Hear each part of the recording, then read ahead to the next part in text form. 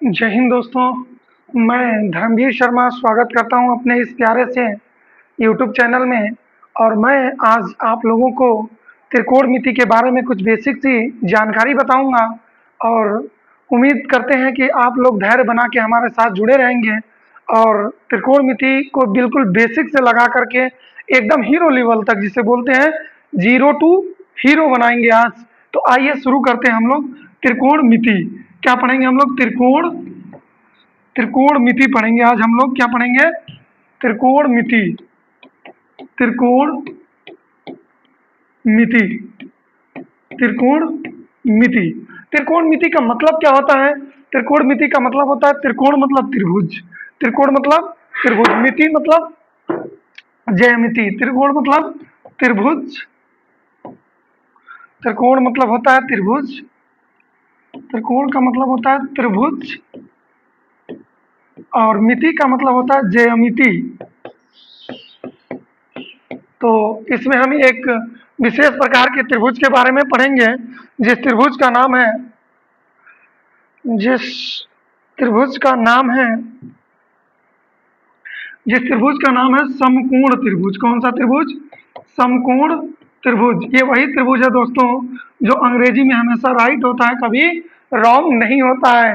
समकोण त्रिभुज मतलब राइट एंगल ट्रायंगल। आज हम लोग समकोण त्रिभुज के बारे में पढ़ेंगे। ज्यामिति मतलब उसके बारे में सारी डिटेल से जानकारी करेंगे। तो आइए सबसे पहले हम लोग समझते हैं कि समकोण त्रिभुज क्या होता है। समकोण त्रिभुज, समकोण त्रिभुज वो त्रिभुज होता है जिसका एक कोण 90 अंश होता है। समकोण त्रिभुज कौन सा त्रिभुज होता है? जिसका एक कोण 90 अंश होता है। यहाँ पे एक 90 अंश होगा, यहाँ पे थीटा दे रखा होगा, है ना। यहाँ पे भी कुछ ए बी सी कुछ भी दे रखा होगा, है ना। तो देखिए दोस्तों, जब ये थीटा यहाँ पे दे रखा हो, यहाँ पे क्या दे रखा हो? थीटा दे रखा हो। क्या दे रखा हो? थीटा। यहाँ पे थीटा दिया हुआ है ना। तो अगर साइन थीटा की बात करें या कॉस थीटा, जब भी थीटा की बात करेगा तो थीटा जिसपे रुका हुआ होता है ना, वो होता है आधार। ये भुजा कौन सी हो जाएगी? आधार। और इसके जस्ट सामने वाली भुजा ये हो जाएगी लंब। हमने लंब और आधार को पता लगा लिया है।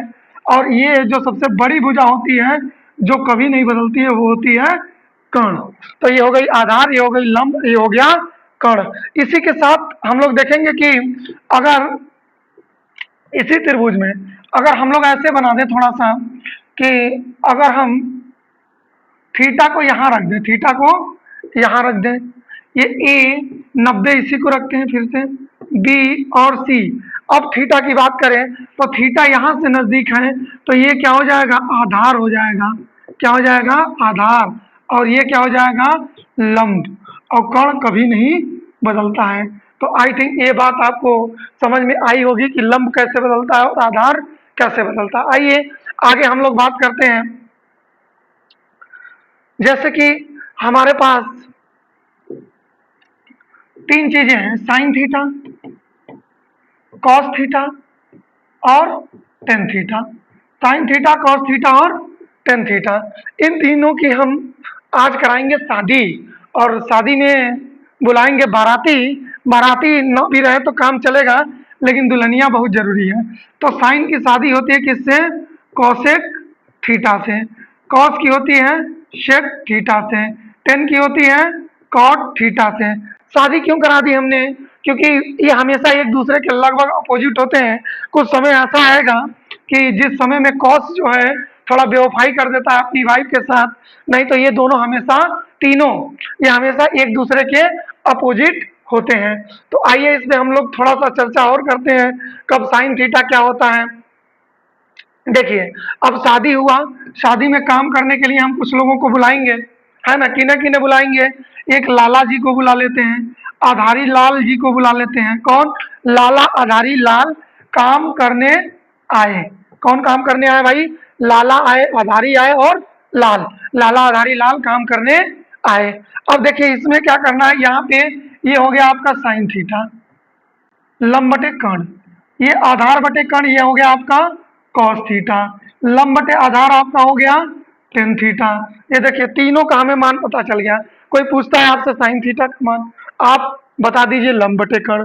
कोई पूछता है कॉस थीटा का मान, आप बता दीजिए आधार बटे कर्ण।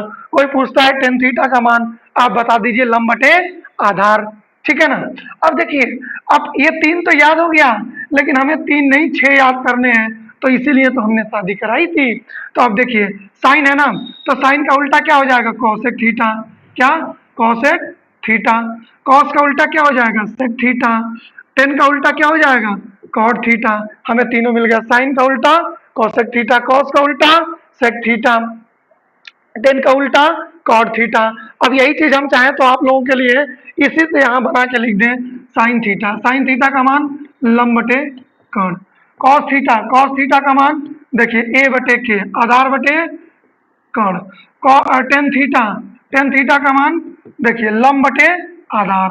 ये सारी चीजें टीचर क्या करते हैं, रटवाना शुरू कर देते हैं, लेकिन हमें रटना नहीं है, समझना है और आगे बढ़ते रहना है और पढ़ते रहना है। अब साइन की हमने शादी किससे करा दी थी, कौशिक से, कौशिक थीटा। इसको पलट दीजिए, कर्ण बटे लंब। इसे देखिए सेक थीटा, सेक की शादी हमने किससे, कॉस से कराई थी, क्या हो गया, कर्ण बटे आधार। कुछ नहीं करना है हमको, क्या कर देना है, पलट देना है इसको। देखिए टेन को पलट देंगे कॉट थीटा, कॉट थीटा को पलटेंगे आधार बटे क्या हो जाएगा, लंब हो जाएगा। ये 6 त्रिकोणमिति हमारे पास आ गई। हम लोग इस 6 त्रिकोणमितियों को पढ़ लिए। आइए थोड़ा सा और आगे बढ़ते हैं, कुछ और जानकारी देखते हैं। अब देखिए शादी में अभी काम और निपटा नहीं, तो हमने किसको बुला लिया, पाइथागोरस जी को बुला लिया।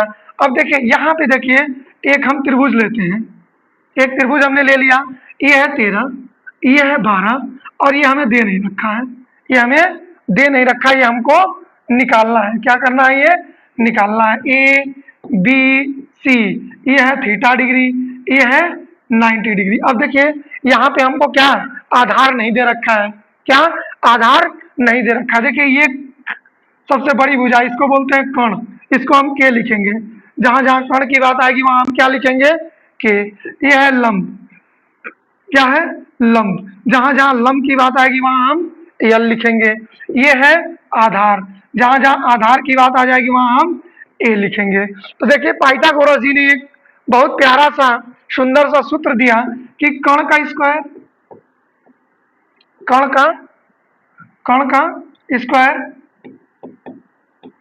बराबर लंब का स्क्वायर प्लस आधार का स्क्वायर।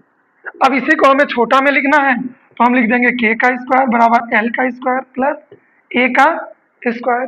देखिए अगर हमें के की वैल्यू निकालनी है तो इधर से स्क्वायर हटेगा तो इधर रूट आ जाएगा, तो क्या हो जाएगा, एल का स्क्वायर प्लस ए का स्क्वायर। अगर हमें एल की वैल्यू निकालनी है तो ए को उधर भेजना पड़ेगा, ए को जब उधर भेजेंगे तो प्लस का है और माइनस का हो जाएगा, रूट लग जाएगा क्योंकि एल से स्क्वायर हटा है, तो क्या हो जाएगा, के का स्क्वायर माइनस ए का स्क्वायर। अगर हमें ए निकालना है, क्या निकालना है, ए, तो क्या हो जाएगा, के का स्क्वायर माइनस एल का स्क्वायर। ये फॉर्मूला हम लोग पढ़ लिए। तो अब देखिए इस त्रिभुज में हमें क्या निकालना था, ए निकालना था।